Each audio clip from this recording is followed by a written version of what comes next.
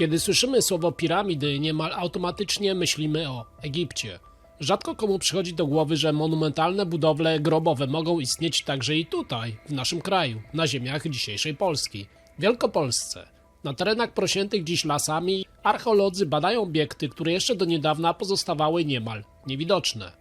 Długie, potężne nasypy ziemne, sięgające nawet 150 metrów długości, o charakterystycznym, klinowatym kształcie. To nie są zwykłe kurhany, to megalityczne grobowce sprzed około 5,5 tysiąca lat. Budowle wzniesione przez społeczności neolityczne, które potrafiły planować, organizować i realizować projekty na ogromną wręcz skalę. Dlaczego nazywa się je polskimi piramidami?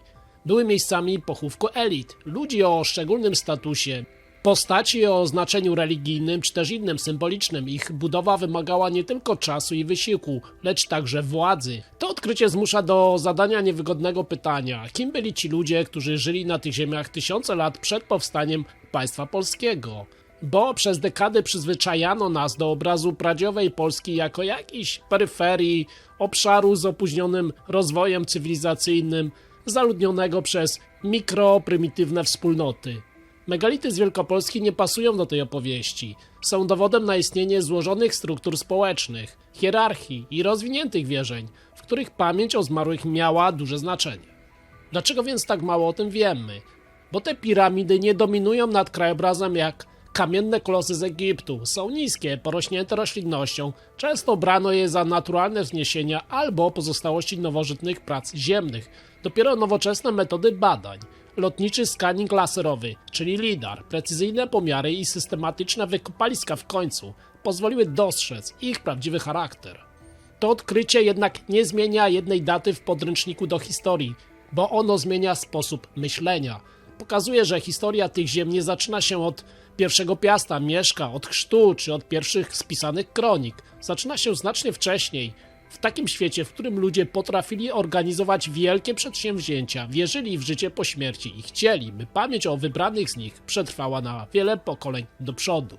A teraz przenieśmy się nieco na północ, nad Bałtyk. Czerwiec roku 2025. W Muzeum Miasta Kołobrzeg archeolodzy prezentują znalezisko, które już nazywane jest odkryciem stulecia, bo w centrum sali, w specjalnie przygotowanej, zaciemnionej gablocie leży niepozorna kamienna figurka, zaledwie 12 cm wysokości. Małe to, jednak to właśnie ona może całkowicie zmienić nasze spojrzenie na pradzieję Pomorza. Nazwano ją kołobrzeską Wenus. Odnaleziona w dzielnicy Podczele, figurka pochodzi sprzed ponad 6000 lat, z czasów, gdy nad Bałtykiem pojawili się pierwsi rolnicy. Przedstawia jakąś kobiecą sylwetkę.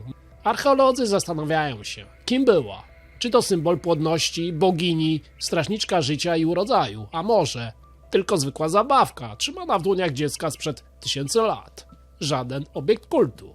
Na wypukłych częściach ciała widać delikatne wygładzenia, jakby przez lata ktoś często jej po prostu dotykał.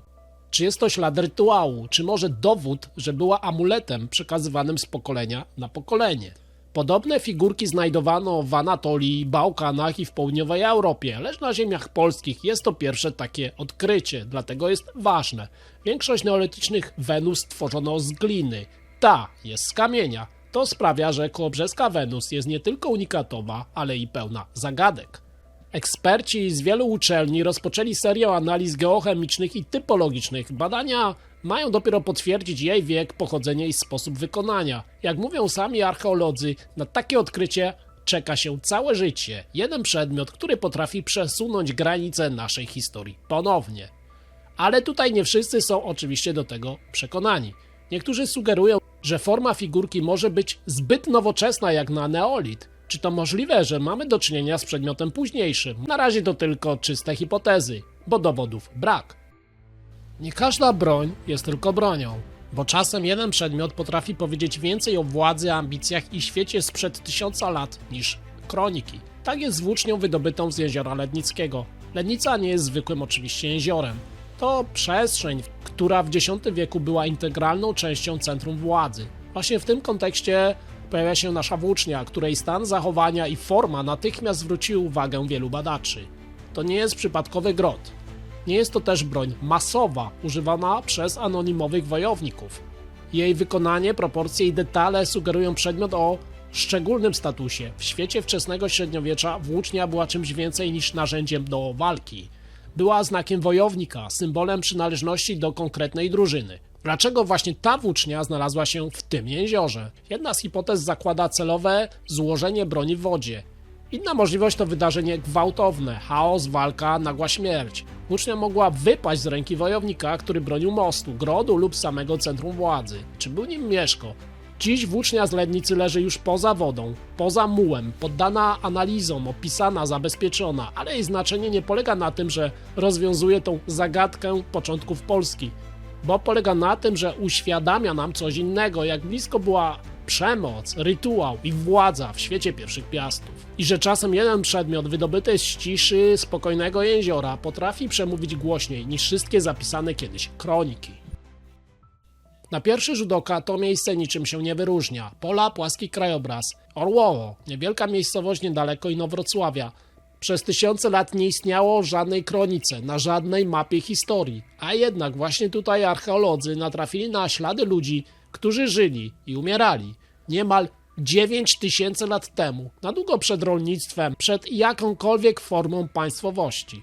Podczas prac przeprowadzonych w tym roku odkryto zbiorowy pochówek, który z miejsca stał się jednym z najstarszych tego typu znalezisk na naszych ziemiach. Szczątki kilku osób złożone w jednym miejscu, w sposób, który nie pozostawia wątpliwości.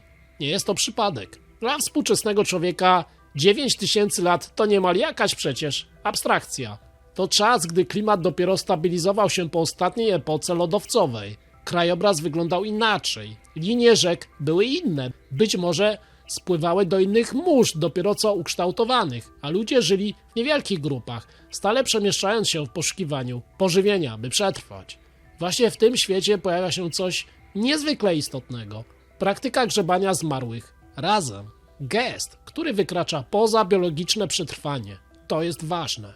Zbiorowy pochówek sugeruje więź, wspólnotę, być może rodzinę, a może wydarzenie, które dotknęło całą grupę naraz. Chorobę, głód, jakiś konflikt. Archeologia nie daje tutaj prostych odpowiedzi, ale sam fakt istnienia takiego miejsca mówi dużo. O tym, że nawet w świecie bez pisma, bez religii w znanym nam oczywiście sensie, dzisiaj, ludzie nadawali śmierci już wtedy znaczenie. Zatrzymywali się, pamiętali. Nie wiemy, kim byli ci ludzie z imienia, nie znamy ich języka, ani wierzeń, ale wiemy jedno. Żyli razem i że razem zostali pochowani. A czasem właśnie takie ciche miejsca, pozbawione właśnie tych monumentów i wielkich legend, mówią o przeszłości więcej niż najbardziej znane nam zabytki. I teraz doszliśmy do ostatniego punktu, gdzie wyobraźcie sobie, że trzymacie w dłoniach przedmiot, który powstał kilkanaście tysięcy lat temu i nie z metalu i nie z kamienia, ale z kości. Ten przedmiot znaleziono w jaskini obłazowej na południu Polski. Jaskinia obłazowa nie wygląda jak miejsce przełomowego odkrycia, nie ma tu monumentalnych murów ani bogatych grobów, a jednak to właśnie tutaj archeolodzy natrafili na róg wykonany z kości mamuta. I tu zaczyna się największa zagadka, ponownie, bo ten róg nie jest taki oczywisty, jak wydaje się na pierwszy rzut oka. Nie da się go łatwo przypisać do jednej funkcji. Jednak najważniejsze jest to, że róg z jaskini obłazowej pokazuje nam moment, w którym człowiek zaczyna myśleć właśnie inaczej. To już nie tylko zwykła walka o przetrwanie. To próba nadania sensu światu, który go otacza, oswojenia go poprzez symbole, rytuały, przedmioty, które nie muszą być niezbędne, żeby przetrwać, ale są potrzebne z innego powodu, żeby coś zacząć wokół rozumieć. W tym jednym obiekcie spotyka się wiele rzeczy: strach, wyobraźnia i potrzeba kontroli nad rzeczywistością. Dlatego właśnie ten róg jest idealnym, moim zdaniem, zwieńczeniem piątki odkryć. Bo piramidy w Wielkopolsce pokazują skalę i dużą organizację. Wenus z Kołobrzegu, spryt i adaptację, włócznia z Lednicy, władzę i konflikt, a groby wokół Inowrocławia, śmierć i wspólnotę.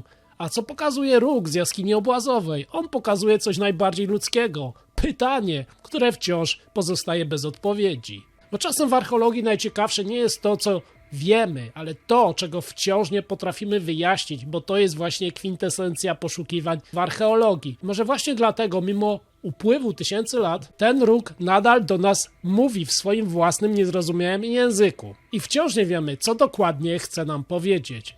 A jakie jest wasze zdanie w tym temacie? Zapraszam do komentarzy poniżej. Dziękuję za obecność stałym subskrybentom i oczywiście, jeśli jesteś tutaj nowy, to zapraszam do subskrypcji i do śledzenia kanału. Dzięki, pozdrawiam.